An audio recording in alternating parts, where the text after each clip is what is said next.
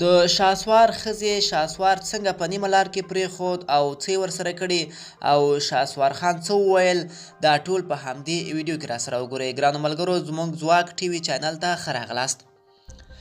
شهسوار خان چې یو وخت د پښتو مشهوره سندرغاړی و، اوس یې د تبلیغ په لار روان دی. خپلې ښځې ته یې په فیسبوک په یوه لایف ویډیو کې له دې امله طلاق ورکړ چې ښځې هغه پرېښی دی. شهسوار خان په دغه لایف ویډیو کې وایي چې هغه خپلې سخرګنۍ کور ته ورغوښتی او کله چې هغه کور ته ورغی نو ورته یې وویل چې نور یې ورسره رشته ختمه ده.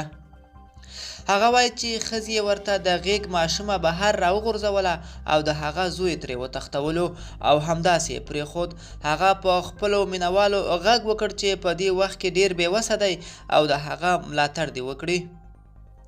شهسوار خان په دغه لایف ویډیو کې د پاکستان او خیبر پښتونخوا ایالتي حکومت باندې هم غږ وکړ چې د هغه غږ دې واوري او د هغه سره دې مرسته وکړي.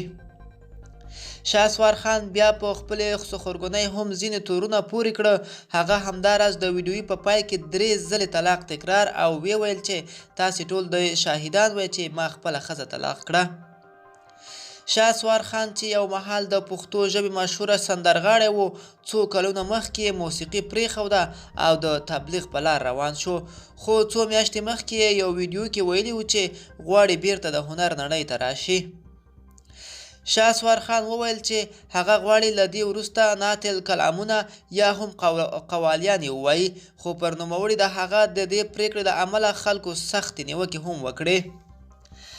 ملګرو، دا به زموږ چمتو شوې ویډیو. د لا ښکلې ویډیوګانو لپاره زموږ ځواک ټي وي چینل سبسکرایب او تر بلې ویډیو ښه وخت ولرئ.